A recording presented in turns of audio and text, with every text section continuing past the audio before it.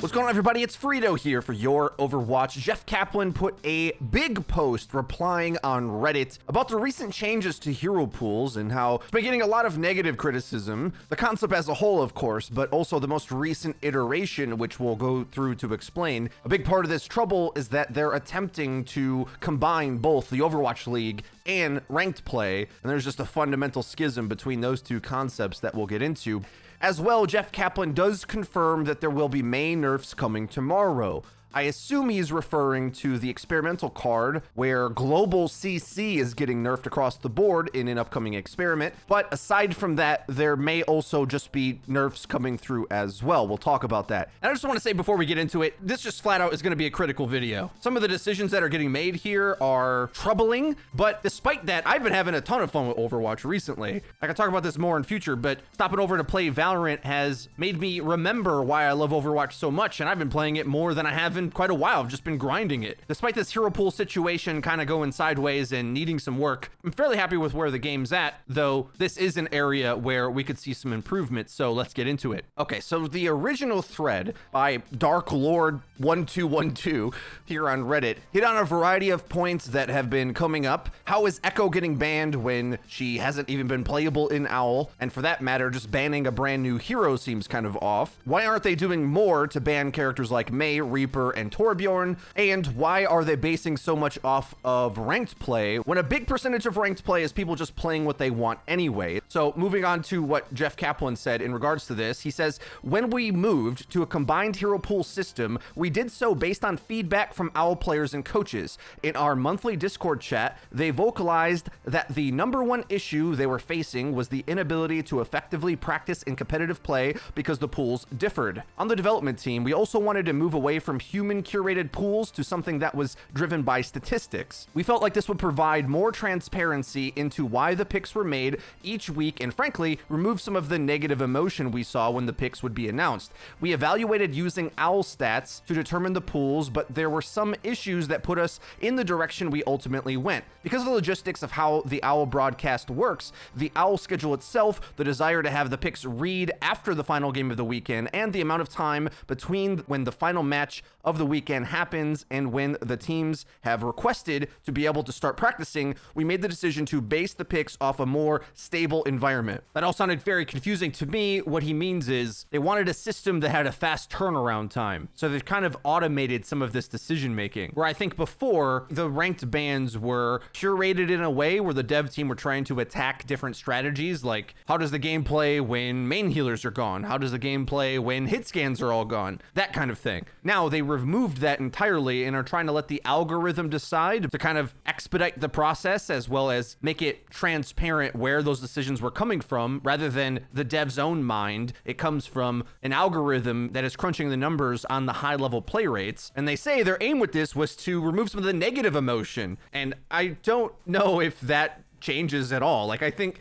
if your hero's banned by an algorithm or the devs, you're still going to be equally upset. Just who they blame gets moved. But either way, the devs are in control, whether they build an algorithm to do it or if they pick themselves. I don't think they can distance themselves from the responsibility of that decision. Either way, the forums are going to be ablaze for any reason at any time. They always are. But moving back to the post, he says, if you remember our original design, we had two separate pools, one derived for Owl and one derived for the player base at large. The value that was expressed to us directly from the players who participated in our dev/pro player chat was that the pools be synced over anything else. That was the top thing that we, as the development team, could do to make the game better for Owl pros. So we made the decision to unify the pools, and we chose to have those pools derived by the player base because that would be the most impactful decision for the largest segment of Overwatch players. There are also a lot of logistical reasons. In short, the amount of time we had to implement a change, a system that was evergreen rather than one that would have to be re-implemented anytime Owl goes on hiatus. Think about the times we live in right now, as in the current state of the world,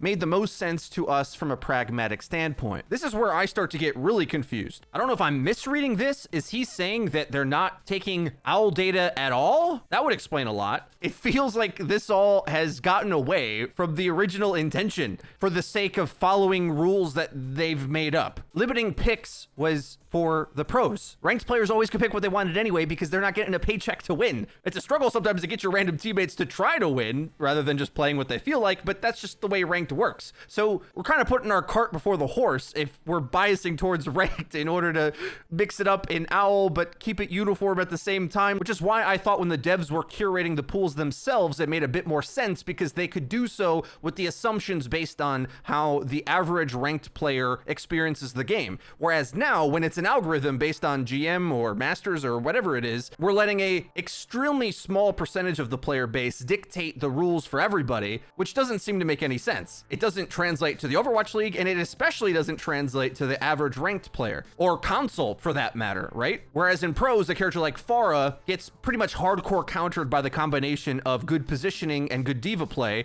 In ranked, she can dominate the whole game, where neither of those things are present. So the experience of how these characters interact with your gameplay varies to a severe degree. But back to Jeff Kaplan's post, largely the system is working. Impactful heroes to both the base game and OWL are getting rotated. For example, Moira and Orisa this week. The absence of both will have an impact on OWL and the live game. There are some moments that feel off to players. Echo being banned was a possibility we were well aware of. We knew this would upset players because she was new, but we felt like sticking with the integrity of the system was important, and we knew OWL viewers would be upset because Echo wasn't being played. And just because the system doesn't routinely ban Mei each week doesn't really bother us, because that's not what it's meant to do. Mei's been rotated out already, and in terms of balance, characters like Mei are getting a lot of attention. In addition to her recent nerfs, more are coming on Wednesday, as in tomorrow. Her win rate is already down. Remember, OWL is traditionally slower at picking up balance trends because of their intense schedule, their scrimming behavior, and delayed patching. Hero pools isn't to solve to balance issues, and the hero pools is not intended to solve problems of fun heroes versus bad heroes. Those terms are so subjective that they don't really help the conversation. Some of this I really agree with, other parts is concerning. From one standpoint, we have to be honest with the limitations of this system, and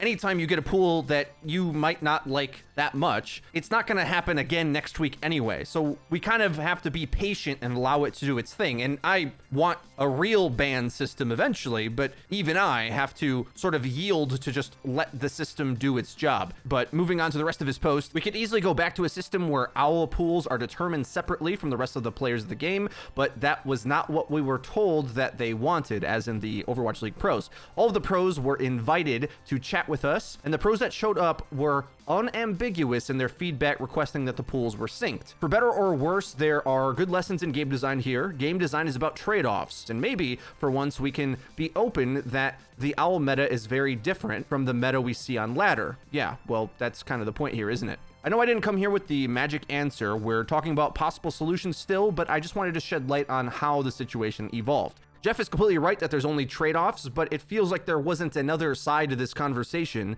about the problems of trying to sync up the pools and this entire system to begin with. There's certain rules that should just be known among everybody of how these all interact. Overwatch League has professional players that play in full teams. Ranked doesn't even let you play in more than a duo in GM, for example, automatically limiting the type of strategies that are going to be good at the high level. It's a bit backwards to think that you can take data from that and apply it to the pro level and back again. It's all over the place. I'll tell you what I want. What I would like is a tournament system, a tournament mode. All these cool open division tournaments they have, why not have that in the game where you gather together your group of friends to fill out a full roster for Overwatch and have a real hardcore experience, and there you can get very similar data to what the team game meta of Overwatch looks like and just remove hero pools from ranked entirely. Instead, what I want is loser pick one ban, at least to start out. A simple, neat, straightforward ban that stops competitive series, multiple maps played together, from being too stale. This can go into tournament mode, this can go in the Overwatch League, but it's not really necessary in ranked, because in ranked, you never know what somebody's going to pull out on a given map. Let me be clear, I've personally really enjoyed hero pools in ranked. I'm a player that likes to play all the heroes if possible, so getting an opportunity to pull out niche picks that just would not be strong and would be a throw pick for the team if there weren't hero pools makes me really hype. It always sucks when you have to see your favorite characters go up on a shelf for 6 months to a year. For example, there was an era where you really should never have picked Ana and Mercy was what you had to pick all the time. That sucks if you want to play Ana. Those meta realities happen to us all the time. So in ranked, I actually think Hero Pools has been a huge success, but it's not really a competitive answer. And it seems to make less sense as time goes on. Now we're in a world where pros have meta linchpins in the team meta, like Reaper and Mei, who don't perform overly good in ranked because they're teamwork heroes. They're not individual pop-off heroes, which is what you need in ranked oftentimes. So they have a deflated value. Because of that, they're just gonna dodge bans forever because people don't want to play them in ranked, which doesn't work on a competitive level. It works to mix things up for the casual player base like me, but it doesn't work to shape the meta. But the truth is, even when it did shape the meta, it made for very unhealthy high-level gameplay. Reason being, the hero pool system that we have now is far too chaotic. It's actually more bans than I was even asking for.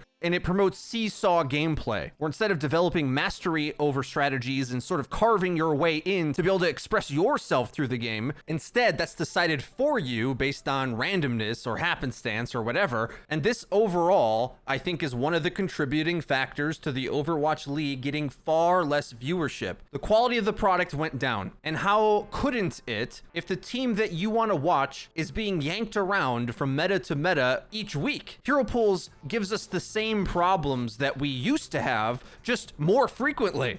That's the crazy thing.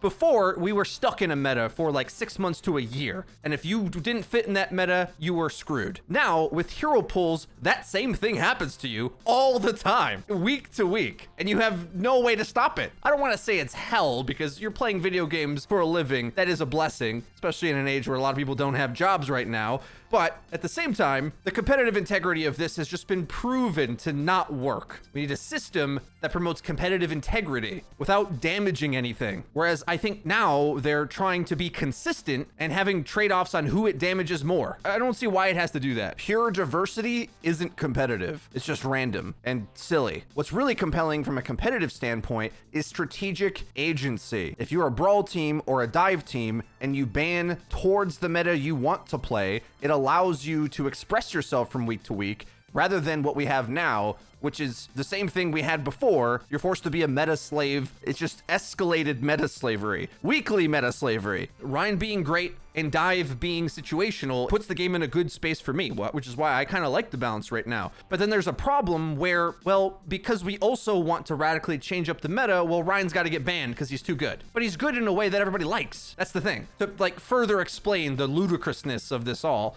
only teams and players that don't want to be playing Ryan would ban him. Whereas now, because people want to play Ryan, it gets banned, right? It's the exact opposite. Pools bans in the opposite way that you want bans to work. Bans allow you to ban towards what you want to play. Pools removes from you what you want to play, saying, no, go play something else. The agency is flipped. There's hardly any players that you're truly afraid of on Ashe or Genji. So therefore, you wouldn't ban them. Them being in the pool is inconsequential to you. Yes, they didn't get picked, Echo and Tracer did, but in the same way, like, who knows who'd be a good Echo team in the Pro League? Nobody's played yet.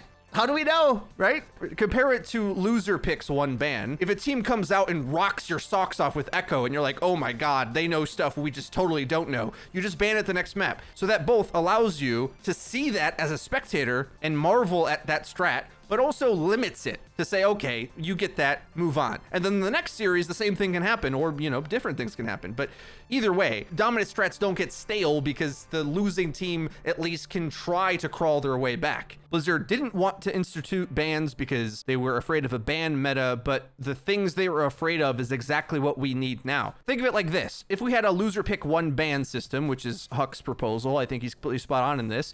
You play a map, dominate the enemy, they ban Mei. You really like Brawl, so you substitute Mei for Doomfist, but it doesn't work as well and you lose. Let's say Pharah countered you too hard. What's the obvious thing that happens? Is there a ban meta here, or do you ban the thing that's stopping you from doing what you want? You don't go through a checklist of what's the best overall, you go through what's best for you. We've already seen this play out in the tournaments that have run that just had a single ban for both teams before the match. Back in the GOATS era, teams that wanted to play GOATS would ban Mercy because she was linked in the tech tree to combine with all sorts of other damage picks or triple DPS ball, etc. She played best. She was a linchpin for that strategy to work. So a hero that otherwise was sort of nerfed to irrelevance was seeing targeted bans so that the teams could play the way they wanted, and then other teams that wanted to play a more divey DPS-y style could ban towards that. They could ban Briggs so they didn't have to play GOATs. We've already seen this experiment play out. Removing agency from players and teams is the mistake here. Expecting an algorithm to do it or random selection to do it, it's just a mistake. There is no magic solution for sure.